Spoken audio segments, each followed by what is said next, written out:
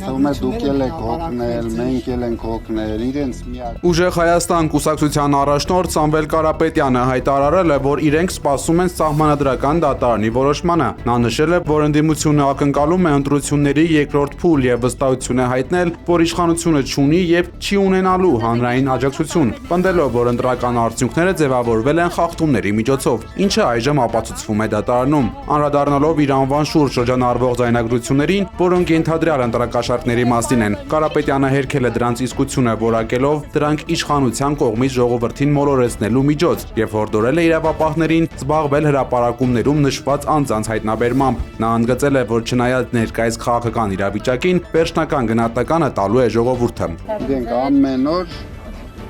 մեր երկիրը տանելու են կործանման։ Դուք դա կտեսնեք ձեր աչքերով։ Դրանից հետո մեր ժողովուրդը իր խոսքը կասի։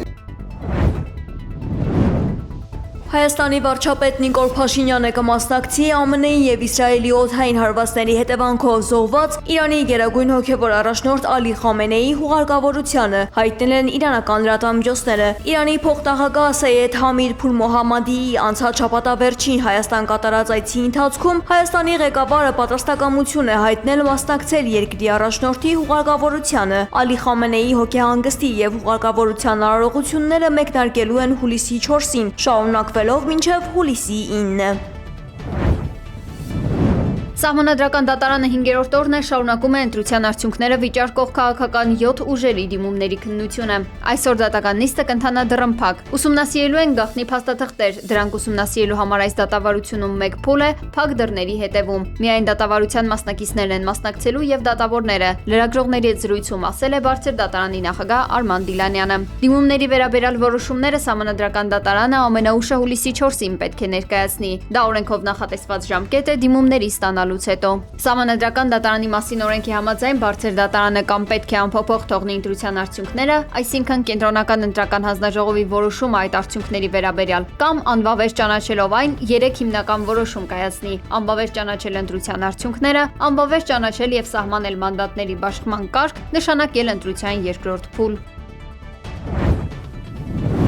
Ադրբեջանի իր իսկ սանձազերծած Արցախյան առաջին եւ 44-օրյա պատերազմների ընթացքում անհետ կորած է համարվում 4010 ադրբեջանցի։ Այս մասին խոստովանել է Ադրբեջանի պետական անվտանգության ծառայության պետի տեղակալ Շարաֆաթ Հասանովը։ Նրանցից 4004-ը անհետ կորել են Արցախյան առաջին, իսկ 6-ը 44-օրյա պատերազմների ժամանակ։ 4010-ից 3228-ը զինվորականներ են։ Այս թվերը ներկայացնելով Բաքուն հանդես է եկել Հայաստանի հետ համագործակցության առաջարկով։ Ինչ է այն իրենից ներկայացնում։ Առանց իրենց անձնական տվյալները, անուն, ազգանուն, տեղանուն ներկայացնելու Ադրբեջանի եւ Հայաստանի քաղաքացիները մուտք են գործում համակարգ, որը դեռ նախագծման փուլում է, եւ ներկայացնում են տեղեկություն անհետ կորած անձանց վերաբերյալ, ինչպես նաեւ տարածաշրջանում գտնվող զանգվածային հողարկավորության վայրերի վերաբերյալ։ Սա ասելով նրանք նկատի ունեն այն հատվածները, որտեղ մարդիկ ուղակի հողին են հանձնել իրենց հարազատներին կամ գուցե անծանոթ մարդկանց։ Արցախի հայաթափման ընթացքում եղել են դեպքեր, երբ մարդիկ իրենց հայրենակիցներին հողին են հանձնել տարբեր վայրերում, գերեզմանատներում տեղ չլինելու պատճառով։ Ադրբեջանցիների կարծիքով նրանց շարքերում կարող են լինել նաև իրենց քաղաքացիները, որոնք մինչ օրս համարվում են անհետ կորած։ Տրամադրված տեղեկությունն օգտագործվելու է բացառապես մարդասիրական нպատակներով, իսկ այն տրամադրած անձը որևէ պարագայում պատասխանատվության չի ենթարկվի, нշել է ադրբեջանցի պաշտոնյան։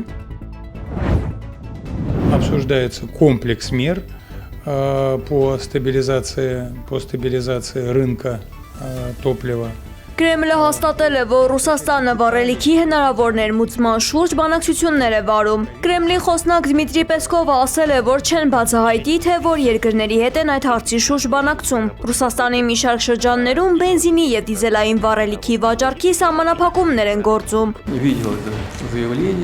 Ավելի վաղ Վլադիմիր Պուտինը ընդունել է, որ ուկրաինական հարվածների հետևանքով էներգետիկ ենթակառուցվածքների հետ խնդիրներ կան եւ վառելիքի պակաս է առաջացել։ Նա սակայն նշել է, որ իրավիճակը կրիտիկական չէ։ Մոսկվայի մարզը ենթարկվել է անօդաչու թռչող սարքերի հարձակման։ Ուկրաինական հարվածների ֆոնին պայթյուններ եւ հրդեհներ են եղել Եգորևսկում եւ Դուբնայում։ Եգորևսկ քաղաքում անօդաչու թռչող սարքի ընկնելու հետևանքով 6 ամսական երեխա է մահացել։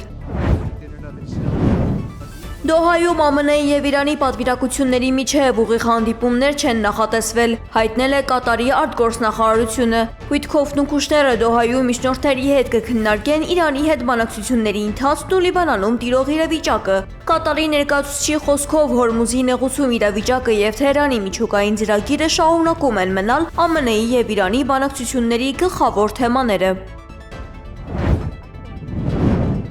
Ֆրանսիան եւ Իտալիան դիմել են ԱՄՆ-ին ու Իսրայելին կոչ անելով միանալ Լիբանանի հետ նոր համաձայնագրի իրագործմանը, հայտեն են իսրայելական պարբերականները։ Առաջարկը հիմնականում վերաբերում է համաձայնագրում ներառված մի փորձնական ծրագրի, ըստ որի լիբանանյան բանակը պետք է պատասխանատվություն ստանձնի Հեզբոլլահի 2 դաշտային բջիջների վերացման եւ տարածքի վերահսկողության համար։ Քանի որ անցյալի փորձի հիման վրա լրջորեն կասկածվում է լիբանանյան զինուժի այս առաքելությունը ինքնուրույն կատարելու կարողությունը, Ֆրանսիան, Իտալիան եւ ՄԱԿ-ը պատրաստակամություն են հայտնել տեղում աջակցել բանակին այդ խնդիրը իրագործելու համար։